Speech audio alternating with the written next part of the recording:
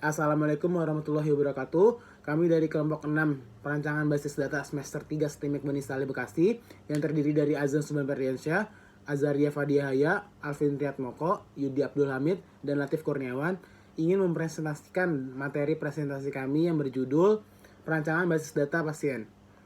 Oke, untuk slide pertama atau materi awal akan disampaikan oleh Saudara Latif. Silakan Saudara Latif. Perancangan basis data. Terdapat teknologi dalam kesehatan. Dengan berbagai keuntungan yang ditawarkan, teknologi ini membuat teknologi informasi khususnya database banyak diterapkan dalam berbagai bidang kehidupan manusia, termasuk ke dalam bidang pelayanan kesehatan.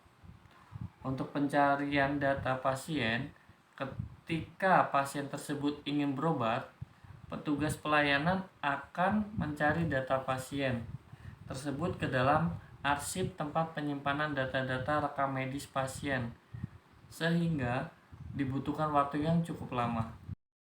Dan ada lagi database. Bahan yang dibutuhkan untuk mendukung pembuatan basis data pasien diantaranya adalah data pasien yang terdiri dari identitas pasien, dokter yang terdiri dari identitas dokter yang merawat pasien, ruang yang berisi informasi tentang ruang pasien yang akan dirawat, dan untuk pasien yang berisi informasi tentang obat-obatan yang akan diberikan pada pasien. Oke, selanjutnya presentasi akan diteruskan ke Saudara Alvin. Ya, terima kasih. Perancangan basis data merupakan proses menciptakan perancangan untuk basis data yang akan mendukung operasi dan tujuan perusahaan. Dalam merancang suatu basis data, digunakan metodologi yang membantu dalam tahap perancangan basis data. Dengan menggunakan teknik metode desain ini dapat membantu dalam merencanakan, mengatur, mengontrol, dan mengevaluasi database development project. Proses dalam metodologi perancangan dibagi menjadi 3 tahap, yaitu Conceptual Database Design atau CDD, Logical Database Design atau LDD, dan Physical Database Design atau PDD. Data konseptual adalah proses membangun suatu model berdasarkan informasi yang digunakan oleh perusahaan atau organisasi, tanpa pertimbangan perencanaan fisik. Adapun beberapa tahapan dari conceptual database design yaitu: yang pertama, membangun model lokal konseptual data untuk setiap tampilan. Yang kedua, mengidentifikasi jenis entitas. Yang ketiga, mengidentifikasi jenis hubungan. Keempat, mengidentifikasi dan mengasosiasikan atribut dengan tipe entitas atau hubungan. Kelima, menentukan domain atribut. Keenam, menentukan calon dan atribut primary key. Yang ketujuh, mempertimbangkan penggunaan konsep pemodelan enhance atau langkah opsional. Selanjutnya akan dilanjutkan oleh Saudara Azan. Ya, selanjutnya data logikal.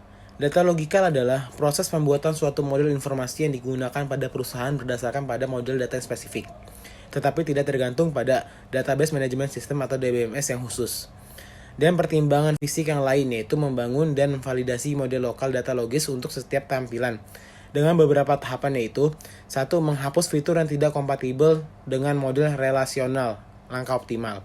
2. Menurunkan hubungan untuk model data lokal logis. 3. Memvalidasi hubungan menggunakan normalisasi.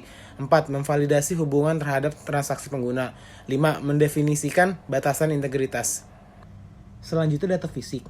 Data fisik adalah suatu proses untuk menghasilkan gambaran dari implementasi basis data pada tempat penyimpanan, menjelaskan dasar dari relasi, organisasi file dan indeks yang digunakan untuk efisiensi data, dan menghubungkan beberapa integrity constraints dan tindakan keamanan, dan menerjemahkan model global data logistik target DBMS dengan beberapa tahapan, yaitu 1. Desain dasar hubungan. 2. Desain representasi dari data awal. 3. Desain kendala perusahaan. Oke, selanjutnya akan dilanjutkan oleh Saudari Aya. Silakan. Selanjutnya ada entity relasional konseptual atau kita bisa singkat dengan IR konseptual. Apa sih IR itu? IR merupakan suatu model untuk menjelaskan hubungan antar data dalam suatu basis data berdasarkan objek-objek dasar data yang mempunyai hubungan antar relasi. IR itu gunanya untuk memodelkan struktur data dan hubungan antar data. Gimana sih caranya kita menghubungkan antar data tersebut? Yaitu kita bisa menggambarkannya dengan menggunakan sebuah simbol atau notasi. Nah, di sini kita bisa lihat ada tabel yang namanya identifikasi tipe relasional, di mana kita mengidentifikasi terlebih dahulu data dari suatu database. Kemudian kita bisa menggambarkannya dalam bentuk atau dalam model entity relasional konseptual, sehingga kita bisa melihat relasi antar data-datanya tersebut. Selanjutnya ada struktur tabel, di mana struktur tabel merupakan rancangan tabel untuk menjelaskan tipe, ukuran, dan keterangan dari field-field yang terdapat pada tabel tersebut. Nah, di samping ini ada beberapa rancangan tabel dalam sistem basis data pasien yang telah kami buat. Antara lain ada tabel dokter, ada tabel pasien. Di sini kita bisa lihat isi dari tabel dokter itu ada kode dokter yang menjadi primary key, ada nama dokter, ada alamat dokter, ada kode spesialis dokter, dan ada spesialis dokter. Di mana kode spesialis dokter itu dia merupakan foreign key. Lalu di tabel pasien itu ada nomor catatan medis. Di sini menjadi primary key dalam tabel ini, lalu ada nama pasien, poli tujuan, asal rujukan, terus ada diagnosa juga, lalu ada rekam medis, lalu ada jenis kelamin pasien, lalu ada tanggal lahir pasien dan status pasien. Lalu selanjutnya ada tabel perawat, di mana fieldnya itu berupa kode perawat, nama perawat, dan hasil perawatan. Di tabel ini yang menjadi primary key-nya adalah kode perawat. Lalu selanjutnya ada tabel obat, di mana isi fieldnya itu ada kode obat sebagai primary key dari tabel ini, lalu ada nama obat dan jenis obat.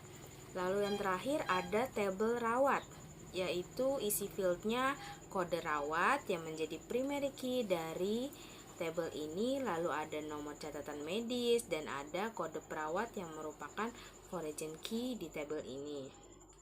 Selanjutnya akan dijelaskan oleh saudara Yudi. Nah, selanjutnya perancangan berbasis data fisik. Rancangan berbasis data ini memiliki tabel yang telah terbentuk dari proses fase perancangan konseptual, logikal, sampai fisikal yang telah diuraikan di bab sebelumnya dan diharapkan menjadi rancangan basis data yang baik.